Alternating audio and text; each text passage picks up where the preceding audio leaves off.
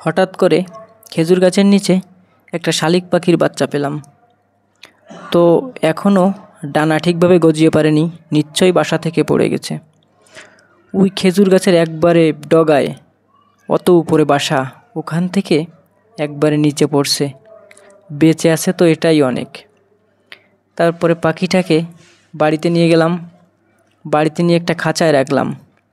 তো কিছুক্ষণ পর দেখি কিচিরমিচির করে ডাকছে। আবার কয়টা খাবার খাইয়ে দেওয়ার চেষ্টা করলাম। তারপরে কিছুক্ষণ পরে দেখছি আবারও ডাকাডাকি করতেছে। তারপরে বের করে চিন্তা করছি আবারও কটা খেতে দিব। তখন কয়টা খাবার এনে ওকে খাইয়ে দেওয়ার চেষ্টা করছি, যেহেতু গাল হা করতেছিল।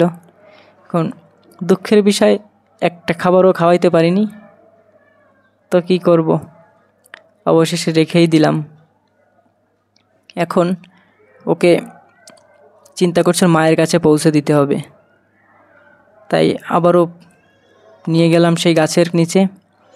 আর কত উপরে বাসাটা, ওখানে দেওয়া সম্ভব না। সাথে আবার ছোট ভাই ছোট বোনও আসছে। এখন আর আসল কথা হচ্ছে, ছোটোকাল থেকেই আমার এই পাখির বাচ্চাদের প্রতি অন্যরকম একটা মায়া কাজ করে। আসলে পাখি পাইলে আমার খুব আনন্দ লাগে। আবারও ডাকাডাকি করতেছিল, বোন একটু খাইয়ে দিল। তারপরে দাদা উপরে হাঁড়িটা বেঁধে দেবে, আর হাঁড়িতে কিছু খড়কুটো দিয়ে রাখছি, যাতে বৃষ্টিতে যেন জল পড়লে ও যেন ভিজে না যায়। দাদা আস্তে করে উপরে যতদূর সম্ভব চেষ্টা করে হাঁড়িটা বেঁধে দিল। আর আসলে সর্বোচ্চ দিয়ে চেষ্টা করলাম, যদি ওর মা ডাক শুনে যদি এসে খাবার খাইয়ে যদি ওকে বাঁচিয়ে রাখে, এই ছাড়া তো আর কিছু না। কারণ নিচে বাড়িতে রাখলে কখন বিড়ালের শিকার হবে বলা যায় না। তাই আমাদের সাধ্যমতো ওকে যতদূর সম্ভব, একবারে তো উপরে উঠিয়ে দেওয়া সম্ভব হচ্ছে না, তাই হাঁড়িতে করে ওকে রাখার ব্যবস্থা করলাম।